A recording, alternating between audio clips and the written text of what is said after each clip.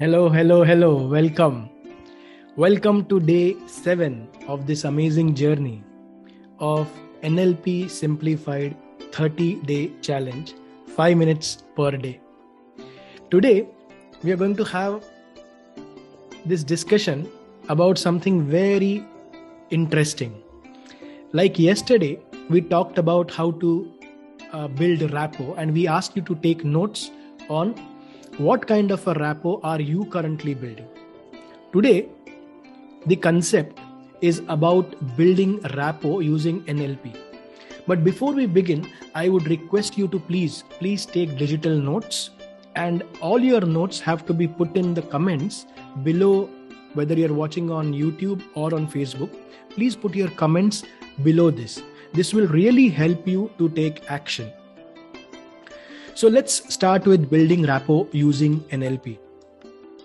What is building rapport?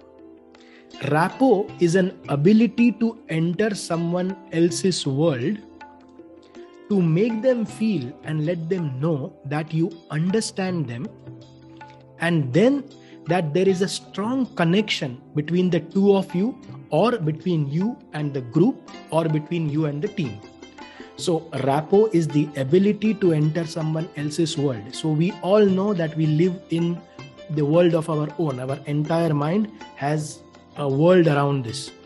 Your ability to enter somebody else's world, somebody else's mind, to make them feel and let them know that you understand them, and that there is a strong connection between the two of you, or if you are speaking to a group or a team, there is a strong connection between you. So this is what is the definition of rapport.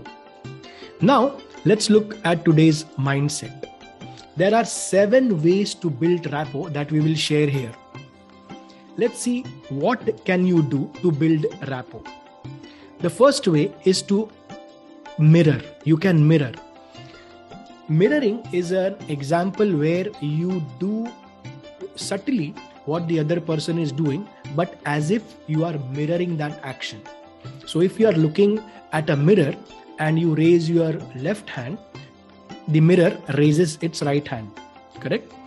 This is exactly what you want to do. This is called the action of mirroring.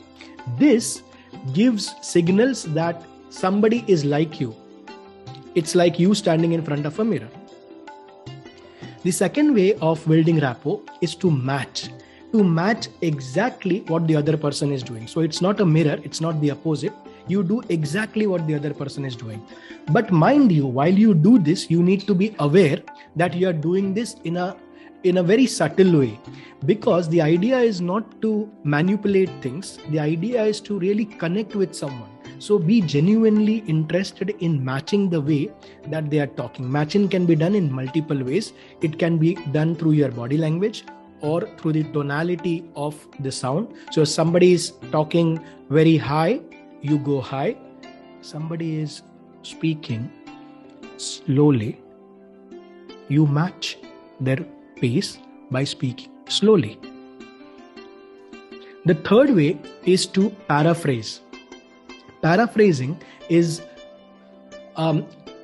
creating the same kind of sentences, but in the way you understand it. For example, if somebody would say, I had been to my vacation to London, for example. So your paraphrasing would be, oh, so this time your vacation was in London. This is kind of a paraphrasing. You are saying the same thing, but in your own words. The fourth way is you can parrot. What does a parrot do? He just repeats what the other person is saying. What happens is, this builds a rapport, and it also says that you understand what the other person is saying, or you are listening to him. So if the other person is saying that I have been on a vacation to London, you just repeat that statement saying that you had been to a vacation in London. Fair enough. Again, this is contextual, so you need to understand the context when you do this.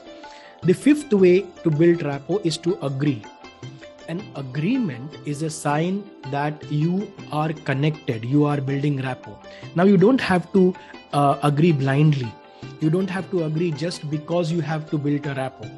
But wherever you find a point of agreement, please do acknowledge it with your body language, with your sound, and with your nodding, for example.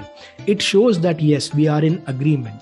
The more points that you can agree on, the better the rapport can be built. The sixth way that you can build rapport is similarity. People look out for similarity. It is a human tendency to look out for similar-minded people, similar-minded places, similar environments to make yourself comfortable. That's how our human mind is built. So people look out for similarity. How do you create this similarity? For example, somebody in his introduction says that I am from Bombay. For example, I am from Mumbai. And I am from Mumbai from X place. If you are from a Y place in Mumbai, your focus would be to share the similarity that, well, I am from Mumbai too, and I am from place Y. Instead of saying, oh, you are from X and I am from Y, there is a commonality. The similarity stays in you are both from Mumbai, for example. So this is the way you can build rapport using similarity. And the final way to build rapport is to state the truth. There is a technique in NLP which is a 3 yes system. What does it mean? That you state 3 facts that are true. And this is also used in hypnosis. For example, we say right now as we speak online, it is evening here. I sit on his chair in front of this mic. As I speak to you, you will be in a better position to understand the meaning of rapport. What I have just done is spoken some facts. It is evening. I am sitting on a chair in front of this mic and speaking in front of you. So when the mind understands that there is a fact, there is a fact, and there is a fact, it creates a rapport between 2 people. So when you know that the other person is truly speaking facts, there is an instant rapport that is created. So these are the 7 ways that you can build rapport. Now, the action step for today is to do this. Go through these 7 ways again. Then you choose one of the way each to build rapport with one of your family members, one of your close friend, one known colleague, one shopkeeper, and one stranger. Why all these? Because the way you build rapport with different kind of people is different. You may choose one of the 7 ways and start to interact with the family member to start with, which is more comfortable. Then go on to speaking to your close friend and see what kind of a rapport you can build. Then go, if you are working or you can have a known colleague, speak to him and see what kind of a rapport you can build.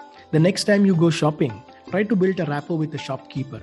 And finally, if you are to go and meet a stranger for whatsoever reasons, whether it's a meeting, interview, or whatever, try to build this one of the ways, select one of the ways and build a rapport.